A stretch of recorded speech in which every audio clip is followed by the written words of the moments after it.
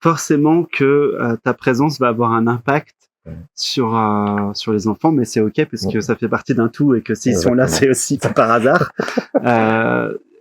C'est ça. Donc, je dirais que pour que ça se passe au mieux, il faut soi-même se connaître. Vous faites son mieux, bien sûr, hein, vous faites son mieux.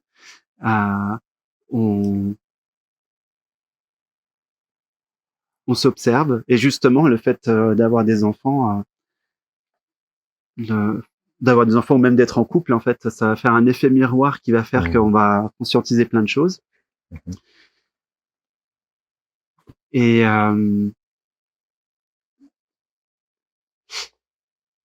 on peut pas être comment dire, on peut pas être neutre, ça c'est sûr, mais la seule chose ce qui me paraît évident et important de dire, c'est que fondamentalement, la base de toutes les problématiques humaines vient du sentiment de manquer d'amour. Tout à l'heure, je parlais du sentiment de séparation, c'est la même chose en fait. Ouais. Si l'enfant se sent aimé, après le reste, c'est un peu... le reste, c'est la cerise sur le gâteau, mais c'est pas le gâteau, quoi. Le gâteau, c'est vraiment que l'enfant, il se sent aimé. Ouais. S'il se sent aimé, s'il sent que tel qu'il est, il est aimé inconditionnellement. Ouais. Et ça, normalement, c'est quelque chose d'assez naturel en fait, parce que ça, c'est pas égotique. Tous les animaux, il y a peut-être forcément, il va y avoir des exceptions, parce que dans la conscience, elle fait toujours des exceptions. mais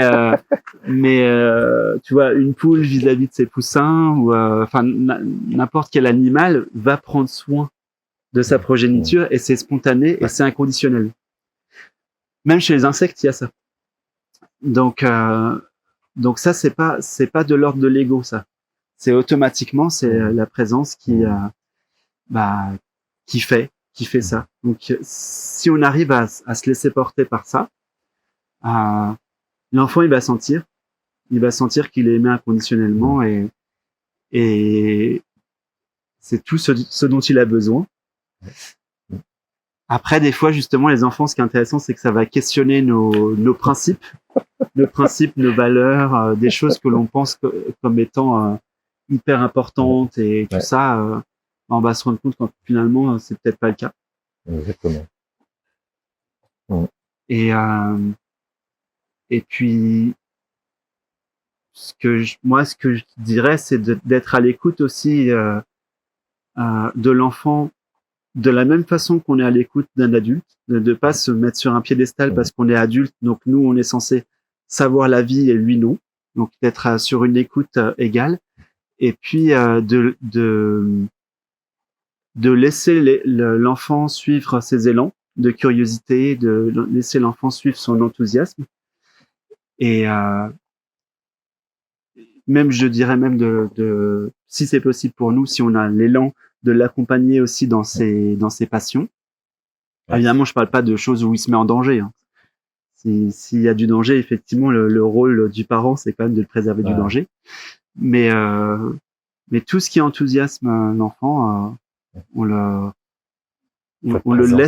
laisse suivre ce courant-là, parce qu'en fait, ça, c'est aussi la conscience absolue qui s'émerveille et qui joue et qui se passionne pour plein de sujets très très vastes. Et des fois, en tant qu'adulte, on a des principes, genre cette musique-là, c'est pas bien, ou je sais pas, ou tel sujet, c'est pas bien, c'est un sujet, je sais pas comment dire, c'est pas un sujet qui est intéressant. Et en fait, si pour la conscience absolue, tout est intéressant, tout est intéressant, tout est digne d'intérêt. C'est si votre enfant il se passionne pour les camions poubelles, et allez à fond dans le sujet des camions poubelles. Okay, quoi, pour les camions poubelles. Il y a tant qu'il y a la passion, c'est ok. Ouais. Et plus le travail des adultes qui accompagnent les enfants est en profondeur, c'est-à-dire plus ça touche à l'essentiel, plus ça fait écho chez l'enfant, puisque l'essentiel en nous, c'est l'essentiel qu'il y a chez l'enfant. Donc la compréhension, elle va devenir de plus en plus, j'allais dire, harmonieuse, claire, fluide. Et en général, ça se passe mieux parce qu'il y a une véritable écoute, mais vraiment en profondeur. Ce qui n'empêche pas par moment, quand il y a un élan qui surgit, de taper le poing sur la table, ça peut arriver aussi. Mais surtout, ce qui est important, c'est que les parents, ils n'ont pas à culpabiliser parce qu'ils font du mieux qu'ils peuvent. Là où ils en sont, dans la façon d'appréhender le contact, l'échange, l'éducation, etc., avec leur enfant, ils font du mieux qu'ils peuvent. Des fois, ils peuvent pas faire autrement que ce qu'ils font. Alors des fois, c'est vrai que c'est pas évident. Des fois, ils sont un peu trop autoritaires, les parents, trop violents. Des fois, trop laissés aller. Des fois, c'est jamais évident. Mais ils font du mieux qu'ils peuvent. Mais l'important, je pense que c'est surtout de vraiment de travailler intérieurement dans une introspection profonde, puisque là, on touche à l'enfant qu'on est. C'est-à-dire ce truc qui est immuable. Et l'enfant, il est encore là-dedans. Donc forcément, ça se reconnaît, ça. Donc là, il va y avoir un échange vrai, authentique et sincère. De toute façon, l'enfant, il le sent tout de suite. Si on n'est pas vrai, on n'est pas authentique, on n'est pas sincère, à un moment donné, ça devient chaotique dans l'échange. C'est obligatoire, c'est obligé. Et là, la conscience, à travers lui, elle va effectivement pointer là où c'est en décalage chez l'adulte. Donc du coup, il y a plus, entre guillemets, intérêt à faire ce travail intérieur profond pour pouvoir mieux comprendre l'enfant, là où il est lui, là où il se situe. Et là, ça va se passer avec beaucoup plus de fluidité. Vraiment. Pour que ça soit fluide, en fait, ça se passe pas par la tête, justement, ça se passe par le cœur et par l'empathie. Et ce dont je me suis rendu compte, parce que j'ai un fils, c'est qu'un enfant ne fait jamais de caprice en réalité. Ça, c'est un mot qu'on utilise beaucoup. Tu fais des caprices, etc. Un enfant, il fait jamais de caprices, c'est pas qu'il fait des caprices, c'est que c'est nous qui le comprenons pas. Je dis pas ça pour faire culpabiliser des gens, hein. C'est pas pour faire culpabiliser. C'est qu'en fait, si on le comprenait, il réagirait pas comme ça, en fait. Souvent, on revient toujours au même truc. Il fait des choses qui nous paraissent bizarres et genre, il va faire des choses qu'on qualifie comme des bêtises, etc. Pour, comment dire, retrouver le lien d'amour, on va dire ça comme ça. Et pour un enfant, l'amour, c'est encore plus important que la nourriture physique. Donc c'est vraiment le plus important. Voilà, et en fait, finalement, quand on est dans le cœur et dans l'empathie, c'est très très simple. C'est pas une question de méthode ou de mental, c'est une question d'empathie. Et effectivement, là, il y a que en soi-même, en faisant, en allant dans l'introspection, qu'on peut réellement. Plus on est à l'écoute de soi, plus on est à l'écoute des autres. Plus on se comprend soi, plus on comprend les autres. C'est clair. Ouais. Donc voilà, mais encore une fois, il faut pas culpabiliser. Hein. C'est ok, on est là où on en est. Et puis on fait du mieux qu'on peut. On fait du mieux qu'on peut. C'est sûr, hein, c'est sûr. Et il y a aussi un truc qui est intéressant par rapport aux enfants, c'est que quand on s'en veut de la façon dont on élève nos enfants, souvent, c'est que on en veut à quelque chose qui a été fait par nos parents envers nous-mêmes. C'est-à-dire qu'il y a une espèce de chose transgénérationnelle dans l'éducation qu'on va conscientiser. En fait, quand on a un enfant, on va se rendre compte qu'il y a des choses qu'on fait qu'on nous faisait à nous. Des fois, on refait même des choses que pourtant on n'aimait pas qu'on nous fasse, mais on les refait. Parce que comme on nous les faisait enfants, c'est inscrit dans le subconscient. Et donc, c'est encore un moyen de conscientiser plein de choses. Bien sûr. C'est des schémas, hein. Ouais, mais ces schémas, ils peuvent être répétitifs. Très souvent. C'est pour ça, comme on disait avec Pierre, plus le travail introspectif sur qui l'on est va se faire en profondeur, moins on va reproduire ça, entre autres, ce genre de choses. Moins on va le faire. Ma mère, elle a eu des périodes où, à un moment donné, comme elle a été une enfant martyrisée, mais vraiment martyrisée, hein, battue, rouée de coups et tout ça, tu vois, on lui faisait des horreurs. Moi, elle m'a jamais fait ça, si tu veux. Si vous voulez, moi, elle m'a jamais fait ça. Mais par contre, elle a eu des réflexes à un moment donné d'être violente pour essayer d'arrêter quelque chose qu'elle n'arrivait pas à calmer comme situation.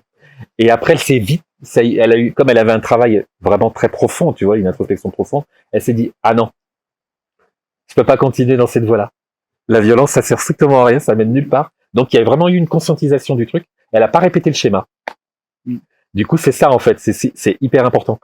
On pense des fois, moi je suis pas parent, mais je vois les choses quand même, hein, que en tant que parent, des fois, on pense qu'on est obligé de passer à l'acte à un moment donné, forcément et obligatoirement d'une punition ou d'une claque ou d'une fessée et autres, et on croit qu'il n'y a pas d'autre moyen. Parce qu'on veut arrêter la situation très vite et tout de suite parce qu'on n'en peut plus, on est dépassé. C'est faux, ça c'est une croyance. Et c'est pour ça que l'on dit que plus on va se connaître intérieurement, donc plus on va se rapprocher de l'état, entre guillemets, enfin de ce qu'est l'enfant en profondeur, moins toutes ces choses-là, ça va arriver. Et plus ça va être vraiment, mais tellement évident de parler, d'échanger avec lui, de le suivre dans ce qu'il aime, dans sa sensibilité. Moins il y a de violence, ça disparaît. Même les schémas qu'on avait de nos parents, et parents, ou grands-parents, etc., on n'a pas l'élan, en fait, de les reproduire. C'est fini. Et les choses se passent, il y a une espèce de douceur qui s'installe. Et forcément, l'enfant, il le ressent, même s'il est en colère, même si à ce moment-là, il n'a pas envie d'aller dormir, même s'il n'a pas envie de manger, mais ça sera juste pour lui. Ça sera évident. Et du coup, ça va passer assez vite. L'état qui est pas évident chez lui, donc il est en réaction, eh ben, ça passe très très vite, quoi. Parce que pour lui, c'est juste. Il voit que ses parents, en fait, ils sont bien présents. Parce que lui, l'enfant, il le sent, ça, hein. On a l'impression que et il sent beaucoup de choses, hein. On croit qu'il sent pas tout, mais il sent plein de choses, l'enfant, hein. Et du coup, il sait quand son père, sa mère sont vraiment alignés, juste, voilà, et que c'est ok, quoi.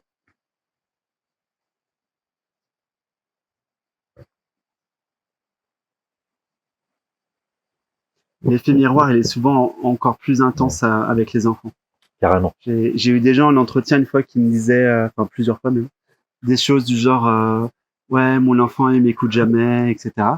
Et en fait, à chaque fois que je pose la question, et toi, est-ce que tu l'écoutes vraiment? À chaque fois, les gens disent non. Donc forcément, voilà. si t'écoutes pas, il va pas t'écouter non plus. Ou un enfant qui crie tout le temps, par exemple, je leur dis, et vous, vous parlez tout le temps calmement. Non, ils hurlent. Et en fait, non, il parle tout le temps fort en criant aussi. Donc en fait, c'est vraiment, carrément. on voit vraiment, c'est vraiment l'effet miroir. C'est intéressant, quoi. C'est intéressant pour ça.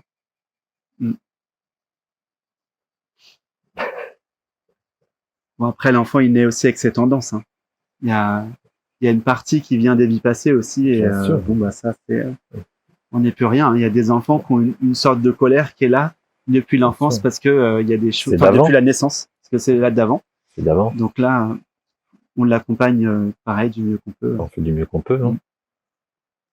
Bah ouais. Du mieux qu'on peut. Mais je répète que le plus important, c'est qu'ils se sentent aimés. Tout le reste, c'est vraiment juste. Bon, c'est la cerise sur les gâteaux, mais c'est vraiment pas le plus important. Et puis rappeler aux parents que la culpabilité, ça sert à rien. Ouais. Parce que souvent des parents disent mais est-ce que j'étais un bon père, est-ce que j'étais une bonne mère? Moi, j'ai entendu plein de fois ça, hein. Ma mère elle-même m'a posé la question. Est-ce que j'ai été une bonne mère? Elle me l'a dit. Du coup, c'est voilà. Oui, parce que après. Tu fais du mieux que tu peux, quoi. Je veux dire, à ce moment-là, tu n'as pas d'autres outils ou tu sais pas comment appréhender les choses. T'agis comme t'agis. Et au fur et à mesure, tu te rends compte des choses, tu conscientises les choses, après tu changes. Il y a quelque chose qui change et qui s'installe. Et là, ça devient évident pour tout le monde. Au début, c'est pas toujours évident. Ça vient après. Faut avoir confiance. Et puis juste pour finir, parce qu'il y a pas mal de gens qui sont sur un chemin spirituel qui vont écouter. Ne pas forcer ses enfants à aller sur un chemin spirituel, à méditer ou à faire des pratiques spirituelles. Même dans la tradition chez les rishis, donc les premiers sages de l'humanité, ou même dans les traditions yogiques, du temps où il y avait des relations de maître à disciple, on va dire assez poussées. Les gurukulas, donc les écoles de maîtres où on allait pour l'enseignement spirituel, ça a commencé à 12 ans. Donc avant l'âge de 12 ans, on ne parlait même pas aux enfants de tout ça. Donc enfin voilà, il n'y a pas besoin de forcer les enfants à quoi que ce soit. Et à rien, hein. Ça veut dire que là, on a donné un exemple en parlant des enfants pour la voie spirituelle, mais c'est la même chose pour l'habillement, pour la nourriture, pour les plaisirs et les joies à faire avec les copains, les machins. On est là simplement pour avoir, à un moment donné, il y a l'écoute de qu'est-ce qui se passe, on capte le truc, tu vois, est-ce qu'il y a éventuellement quelque chose qui apparaît comme un danger, et ok, on peut éventuellement, voilà.